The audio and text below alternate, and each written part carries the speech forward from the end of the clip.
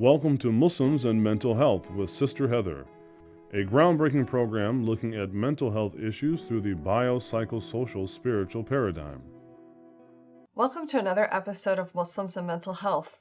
Today we're going to be talking about community psychology, looking at charity in Islam and particularly crowdfunding, with a particular look at two organizations, Launchgood and Patronicity.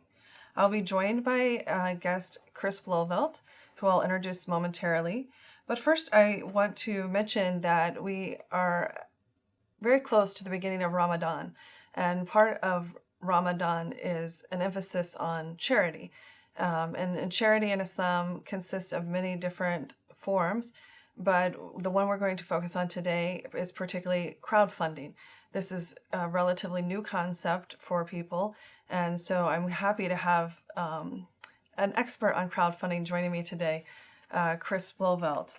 A little bit about Chris that I want to share with you is that he is a passionate Muslim American entrepreneur committed to building up the global Muslim community to reach its full potential. He was born in Malaysia, raised in the United States, and at the age of 16 became a Muslim through the influence of a friend and the autobiography of Malcolm X. Chris was a top engineering graduate from the University of Michigan, where he led the Muslim Student Association as president to win the Student Organization of the Year. He received a master's in educational leadership, and prior to starting Launchgood, was a teacher at one of the top boarding schools in the world. He founded an Arabic nonprofit and was producer for Bilal's Stand, an award-winning Sundance film about an American Muslim. He started working on Launchgood in 2011 and launched the site in 2013. In just over a year, Launchgood has already helped raise over $2 million for more than 250 projects across 23 countries, and has received this year's Islamic Economy Award in Dubai for the best startup in the Muslim world. Chris currently lives in Dearborn, Michigan with his wife Amani and new daughter Maryam Yusra, and is an active community volunteer for the University Muslim Life and New Muslim Work. Welcome, Chris, to our program. That sounds like a lot of accomplishment. Assalamu alaikum. Thank you. It probably sounds more like it is because more than it is, but I'm grateful to be able to serve the ummah and serve congratulations on your wonderful award that you received in Dubai. That's amazing. I want to start in by talking a little bit about what Launchgood and Patronicity are and why you decided to start them. Sure. So Launchgood and Patronicity are both crowdfunding sites. With Launchgood, we're focused on supporting Muslims doing really good work all across the world. Mm-hmm. So it could be someone in California trying to raise money for a convert care organization, or it could be a school in Sri Lanka trying to build solar panels on their roofs. So it's all sorts of projects all over the world. Sometimes it's for-profit, sometimes it's not-profit. Mm-hmm. And Patronicity is not faith-based. It's a civic crowdfunding platform. And we're focused right now in Michigan, and we support things like bike paths, farmers markets, trailheads, skate parks, outdoor movie theaters, anything that brings community together in civic or public place. That is Patronicity. Mm-hmm. And so can you talk a little bit about what crowdfunding is and how it relates to charity? Because I think for a lot of people, it's a relatively new concept. And so I want people to really understand what crowdfunding is. Sure. So crowdfunding is actually a really age-old concept. If you think about taxes, that's a form of crowdfunding. It's getting a crowd of people to all pitch in money and fund something. Except with taxes, it's not voluntary. When we talk about crowdfunding today, it refers mostly to online voluntary giving to support projects. It started around 2007. And it was popularized by websites like Kickstarter, Indiegogo, GoFundMe.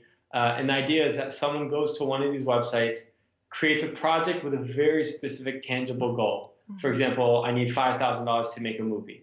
Mm-hmm. And they'll go out for a specific time, usually 30 days, and ask their friends and family and the internet basically to donate and support their cause.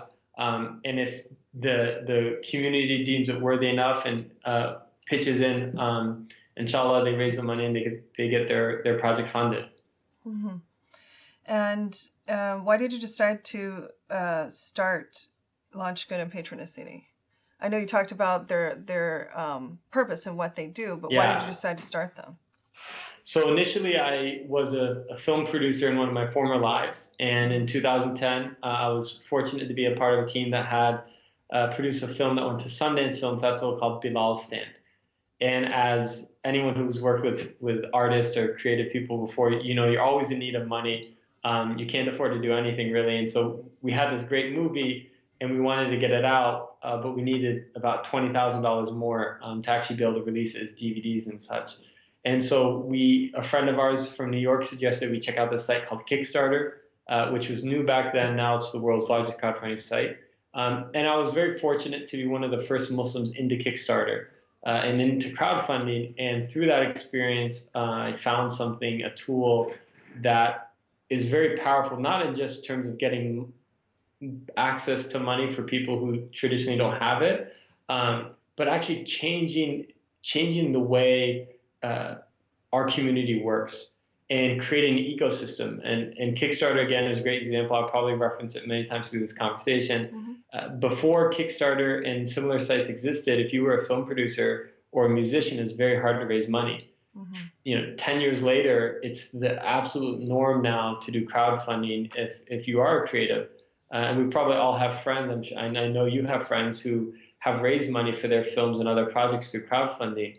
And so it's changed the way that the creative arts are done in America. And similarly with Launchgood, we want to change the way that the Muslim community engages itself with the world. And with Patronicity, we want to change the way that local communities engage themselves and empower themselves with their surroundings. Mm-hmm.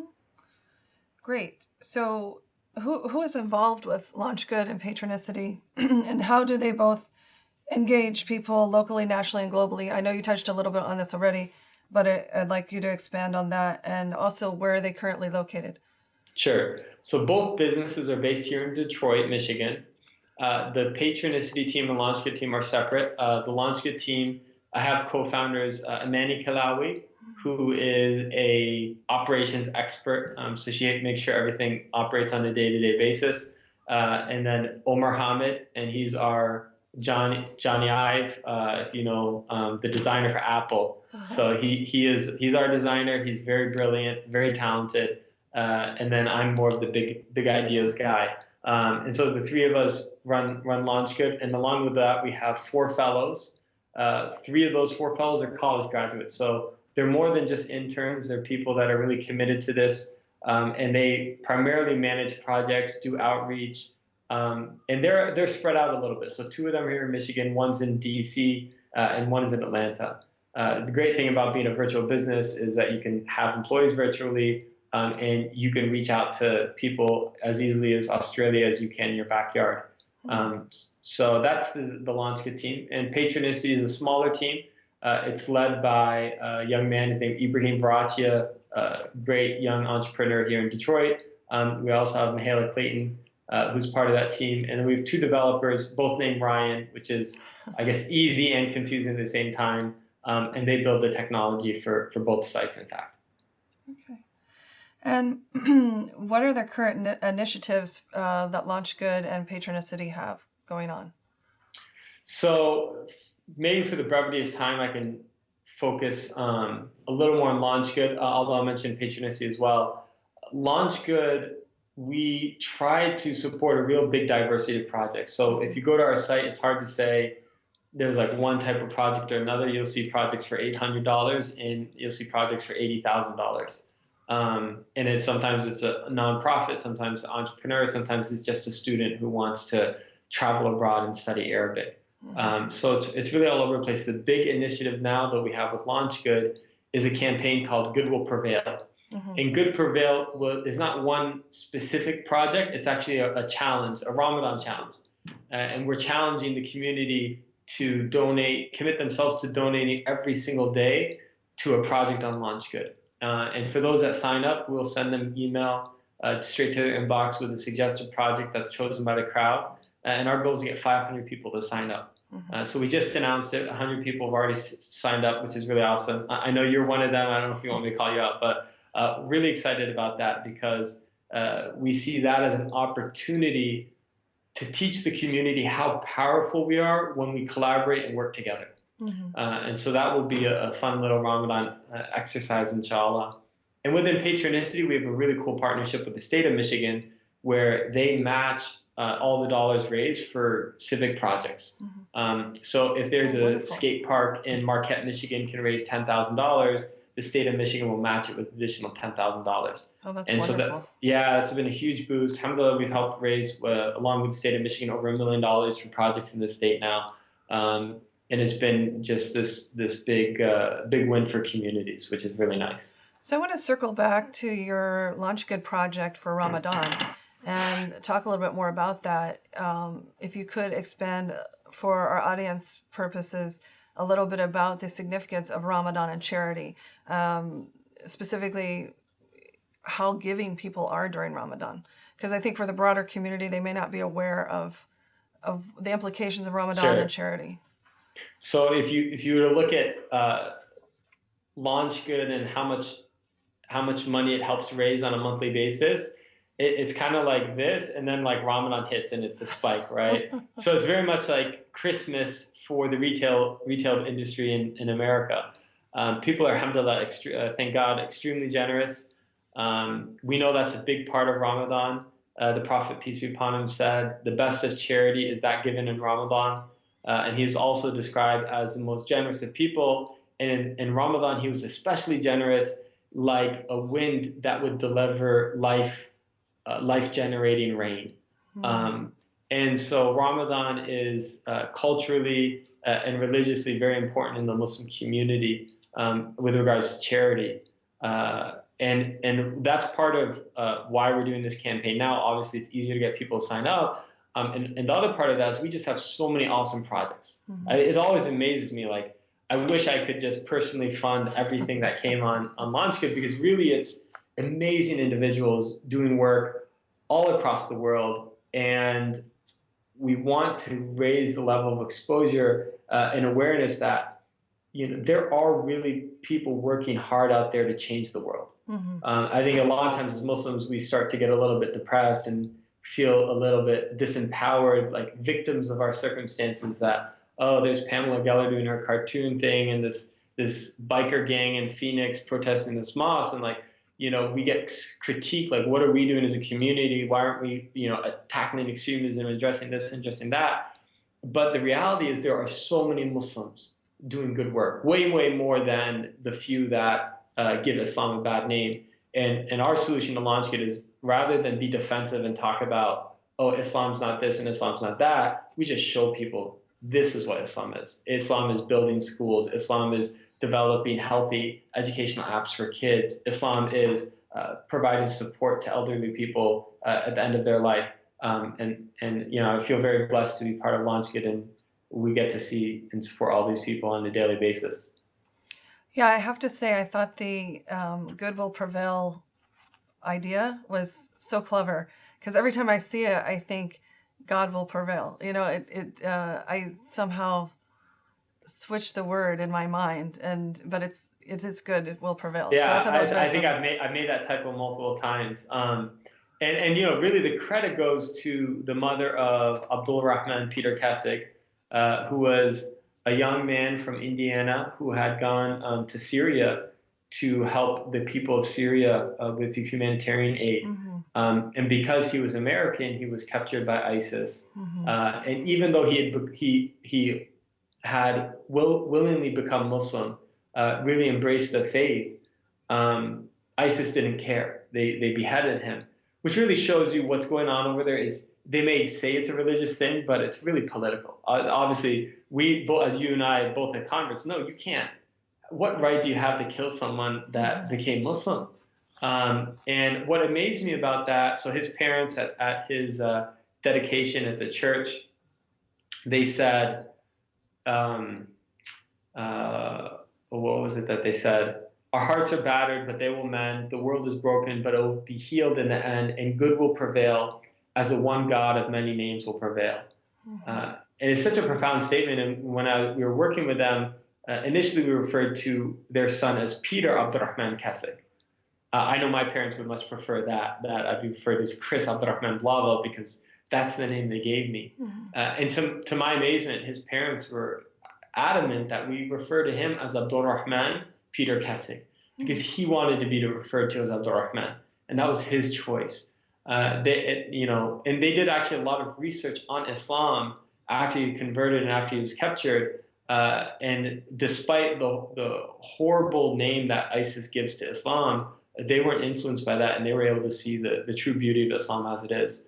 And so a combination of those effects of Peter, or Abdurrahman Peter Keswick himself, selflessly sacrificing his life to serve others, and his parents' determination that good will prevail and that this doesn't represent Islam, really inspired me, particularly as a convert also named Abdurrahman, to rally the community around this man and his family and what he stood for. And so that was really the inspiration behind the name Good Will Prevail, our Ramadan challenge.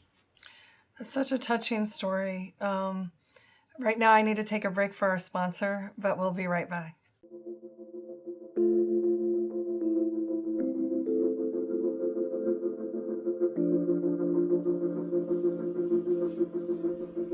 Hi, welcome to Adelante. This is Adelante Recovery, and my name is Yvette Kuglin, and I'm part of the staff. Adelante Recovery Center has helped people in dual diagnosis for 5 years. We accept most PPO insurances and provide luxury accommodations and 24-hour support. To speak with an admissions counselor, call 1-888-242-4450. A lot of time we don't even know what's wrong with us, and sometimes we need to get away to figure that out. So if you want to go for a little retreat out in Corona Del Mar, which is a confidential location, we're here to help. So we're only a phone call away. Thank you. Welcome back to another episode of Muslims and Mental Health. Today we're looking at community psychology, looking at charity and Islam, in particular crowdfunding, looking at Launchgood with Chris Blauvelt. I'd like to continue on and ask you, what do you think is often missed about the people who participate in crowdfunding and charity in general? Could you elaborate that question a little bit more? Well, I'm just wondering what you think that people often don't understand about people who are involved in crowdfunding or who give in charity.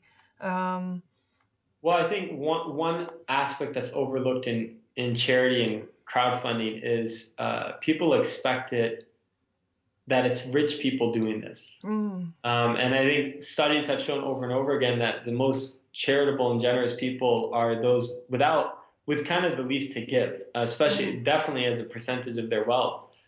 Even if you just talk to the people that stand by the side of the road and ask people for money, if you ask them, like, who is it that's giving you money? It's not the people driving Mercedes Benzes. It's the people driving 10, 15-year-old used cars, because they can empathize with them. And Ramadan is a month that I believe part of it is to help us learn to empathize with those less fortunate. We go without food, we go without water. It's very strenuous, and we can think to ourselves, and we're blessed at the end of the night, or many of us are blessed at the end of the night, we return to families and warm homes and warm meals, and we can fill ourselves. But there's a lot of people, like, the night comes and it's just the same thing. It just goes on the next day and the next day and the next day. And you realize that the blessings that you have, yes, you may have worked for them to an extent, but largely they're just purely blessings from God. And if you were born in a different time, in a different place, you may find yourself in a very difficult and hard situation. And so the money that we have it may seem like ours, but really it's a trust from God. And he's testing us to see, do we share that wealth and charity with those less fortunate? Mm-hmm. And so what can be done now to make a positive contribution to Launchgood and Patronicity? How can people get involved, and what can they do to contribute to both organizations? Well, really simple thing for Launchgood is to join our Ramadan challenge. You can go to launchgood.com/challenge and just browse the website. And there's some really, really cool projects if I'll tell you, as someone who's actually created a lot of projects myself, when you get a donation from a stranger, it's the most amazing thing. It's magical. It lights up your whole day. So go ahead to Launchgood and browse projects, and if you see one that catches your heart, drop them a few dollars. It'll make their day, and you'll feel really good about it. And is there any other kind of support that viewers can give? People always ask me, how can we help? The best way to help is to let us help you. So if you yourself need support in fundraising or raising finances and think crowdfunding might be an option, we'd love to host you. We look at Launchgood as a storybook, and every project on Launchgood is a different chapter. And it's a storybook of what Muslims are doing and what we're capable of doing. And it's going to help inspire more people across the world to do good work. And it's really amazing to me to see the impact that Launchgood has on non-Muslims. So we work with a lot of non-Muslims here in Michigan, people of other faiths. They love Launchgood. They're like, we saw Fox News and it said Muslims are like this, but then we went to Launchgood and it's like, wow, like they're really cool. And it reminds me, in fact, of even recently at that mosque in Phoenix, one of the protesters who was wearing a profane shirt said like F Islam. He was invited into the mosque, and he didn't know anything about Islam. He'd never been in a mosque before, and he went in, he took his shoes off, he sat there, he watched people praying quiet. Afterwards, they shared a meal and they talked, and he came out of it completely changed. And he's like, this is a huge misunderstanding, and I'm like, I'll never wear this shirt again. And so a lot of people just don't know, and rather than tell them, it's a lot better for us to just go out and show them. Yes. Okay, so is there anything else you would like to share that's not been covered or mentioned about Launchgood or Patronicity? Well, with respect to charity, what most people miss is the power of working together. And I alluded to it a little bit earlier, but it's really amazing. And it's even from the Sunnah. So there's a famous story of a Muslim early convert. His name was Salman al-Farsi. And he had been a slave to a Jewish landlord.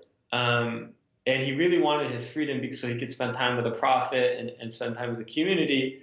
And the landlord almost mockingly said to him, I will grant your freedom on these conditions. And he listed a number of ridiculous, unfulfillable conditions.